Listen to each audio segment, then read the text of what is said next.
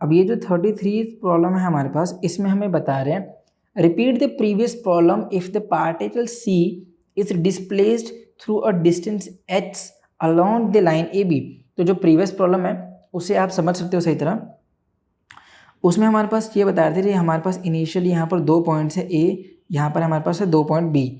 अब यहाँ पर चार्ज कितना है कैपिटल क्यू, यहाँ पर भी चार्ज कितना है कैपिटल क्यू।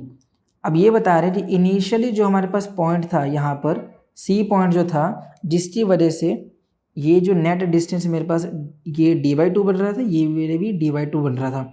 ये चीज़ इनिशियली मिड पॉइंट पर प्लेस था, ये मेरे पास डी था यहाँ पर। ठीक है, अब ये बता रहे हैं कि इससे जो फर्स्ट पार्ट है, जो प्रीवियस प्रॉब्लम में 3 पार्ट हमसे पूछे थे, ये उसमें से फर्स्ट पार्ट मैं सॉल्व कर रहा हूँ। तो प्रीवियस में इसे परपेंडिकुलर डिस्टेंस से हमने यहाँ कहीं पर प्लेस किया था।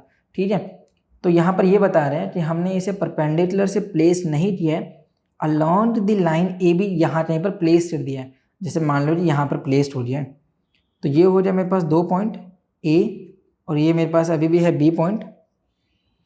तो मैं अगर ये अज्यूम कर लेता हूँ ये है मेरे पास लाइन ए बी। ठीक है, और इस बार जो सी है वो यहाँ कहीं पर प्लेस्ड है। ठीक है, सी यहाँ पर कहीं पर प्लेस्ड है। ठीक है, तो मान लिया मैंने सी अब यहाँ पर प्लेस्ड है, यहाँ कहीं पे। ठीक है, तो अभी भी हमें पता है कि इस सी के ऊपर जो चार्ज है वो है स्मॉल क्यू और इसका मास अभी भी m है। इस पे चार्ज है कैपिटल क्यू, इस पर चार्ज है कैपिटल क्यू। तो फर्स्ट में हमसे पूछ रहे थे फोर्स कितना एक्सपीरियंस करता है ये सी पार्टिकल। सो देखो एफ की यहाँ पर भी दोनों पॉजिटिव चार्जेस हैं, तो रिपल्सिव फोर्सेस आने वाली है। ए की वजह से सी पर जो फोर्स है वो इस डायरेक्शन में हो रहा है, मान लिया F1 है। ठीक है, सी पर जो बी की वजह से फोर्स है वो इस डायरेक्शन में हो रहा है, मान लिया मैंने F2 है। ठीक है, अब ये जो अगर मुझे एफ नेट की वैल्यू बतानी है, उससे पहले जो हमारे पास कूलम फोर्स होता है वो क्या होता है, वो होता है Q1 Q2 divided by are square. मतलब जो फोर्स होता है वो इन्वर्सली प्रोपोर्शनल होता है हमारे पास डिस्टेंस के स्क्वायर पे। इसका मतलब ये हुआ डिस्टेंस की वैल्यू मेरे पास मेरे पास लेस है, तो जो फोर्स है वो मैक्सिमम हो जाएगा और वाइस वर्सा यहाँ पर समझ सकते हो। तो इसका मतलब ये हुआ अगर डिस्टेंस लेस है तो फोर्स मैक्सिमम होना चाहिए। अगर मैं अज्यूम कर लेता हूँ यहाँ पर कि यहाँ से लेकर यहाँ तक जो डिस्टेंस है, देखो यहाँ पर पहले डी यहाँ कहीं पर सेंटर हो सकता है ना उसका।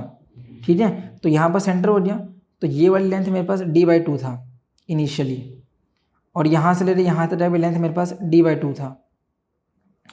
मैंने मान लिया कि यहाँ से लेकर यहाँ तक ये डिस्टेंस h से। ठीक है, तो ये वाली जो डिस्टेंस है ये d/2 माइनस h है, और a से लेकर c तरह डिस्टेंस ये है d/2 प्लस h।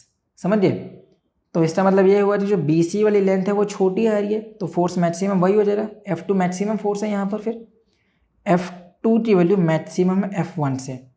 सो F नेट अगर मुझे बताना है, सो F नेट ये हो जाना चाहिए F2 minus F1। F net मान लिया F फोर्स है और F2 की value K small charge capital charge divided by distance of whole square.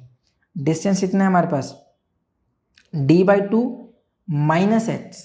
ठीक है, कितना आ रहा है मेरे पास d/2 माइनस h, तो ये हो जाना चाहिए d/2 माइनस h इसका होल स्क्वायर माइनस यहाँ पर भी यही, और यहाँ पर जो डिस्टेंस है वो है d/2 प्लस h।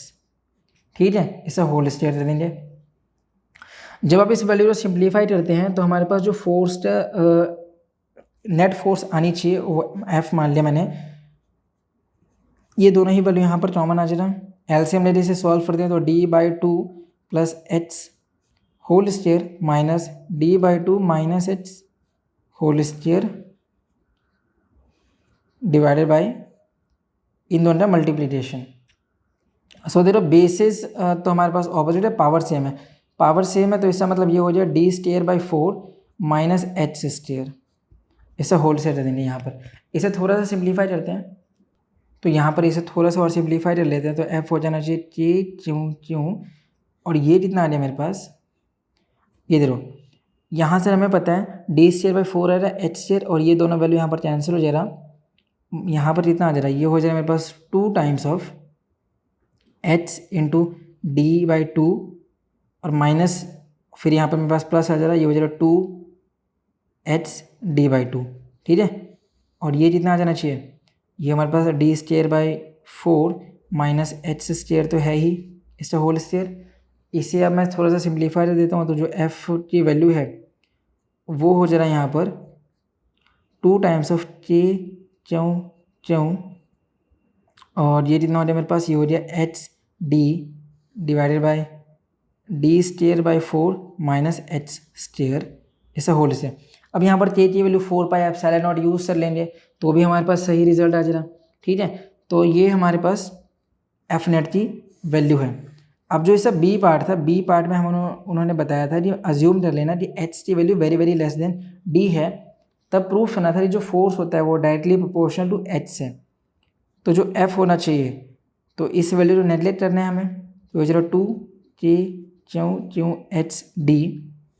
तो ये जितना हो जाए, ये हो जाए मेरे पास ये जितना हो जा रहा है यहाँ पर, ये हो जाना चाहिए डी बाई, इस वैल्यू को हटा दिया तो ये हो जाए मेरे पास डी स्क्वायर बाई 4 इस वैल्यू का होल स्क्वायर, ठीक है। तो ये हो जाना चाहिए यहाँ पर डी स्क्वायर बाई 4 इसका होल स्क्वायर यहाँ पर आ जाना चाहिए। तो यहाँ से मैं कह सकता हूँ, इसे थोड़ा सा और मैं और सिंप्लीफाई कर देता हूँ, तो ये हो जा रहा 2 के क्यों एच डी, ये हो जाए मेरे पास D4 और ये हो जाना चाहिए मेरे पास 16। तो यहाँ पर जो के की वैल्यू है इसे भी ओपन कर लेते हैं, ये हो जाएगा 4 पाई एप्सिलॉन नॉट, ठीक है। तो क्या वैल्यू कैंसिल हो गया, ए डी से ये वाला डी कैंसिल हो गया, डी क्यूब बच गया अपने पास, ये हो जाना चाहिए अपने पास 4। तो जो एफ है वो हो गया मेरे पास 8 आ जाए यहाँ पर small Q capital Q H distance, और ये हो जाए मेरे पास pi epsilon naught D cube, ठीक है। अब जैसा कि हमें प्रूफ करना था कि जो हमारा फोर्स होता है वो डायरेक्टली प्रोपोर्शनल टू एच से, तो यहाँ पर हमने प्रूफ किया कि force directly proportional to H से। अब इसका जो सी पार्ट था उसमें हमें टाइम पीरियड बताना था, अरे एस एच एम पॉसिबल होता है, यहाँ पर भी एस एच एम पॉसिबल है, तो इसका टाइम पीरियड कितना हो जा रहा। अच्छा, टाइम पीरियड बताने से पहले ये जो पोर्शन हमें पता है ये क्या हो जा रहा है, के हो जा रहा, ठीक है। और टाइम पीरियड के लिए हमारे पास फॉर्मूला क्या होता है 2 pi under root M by K. ऐसा जब पॉसिबल है क्योंकि जो एच की वैल्यू है वो very very less than D है। तो ये हो जाए मेरे पास के की वैल्यू, टाइम पीरियड का फॉर्मूला होता है 2 pi under root M by K. इन दोनों को सॉल्व करते हैं तो इन दोनों को भी अंदर की तरफ लेते चल जाएंगे, तो ये हो जाएगा एम 4 पाई स्क्वायर और के की वैल्यू ये वाली 8 क्यों कैपिटल क्यों, ये हो जाएगा पाई एप्सिलॉन नॉट डी क्यूब। तो ये वैल्यू यहाँ पर कैंसिल, ये हो जाए 2, ठीक है। तो ये जो टाइम पीरियड है ये जितना आ जाए, ये हो जाए under root M pi cube epsilon naught D cube divided by 2 क्यों, ठीक है। यही हमारे पास रिजल्ट है, तो यही अपने पास आंसर भी आ रहा है, ठीक है। तो इसके साथ हमारे पास ये प्रॉब्लम नंबर 33 भी सॉल्व हो गया। इससे आसान सॉल्यूशन और कहीं नहीं।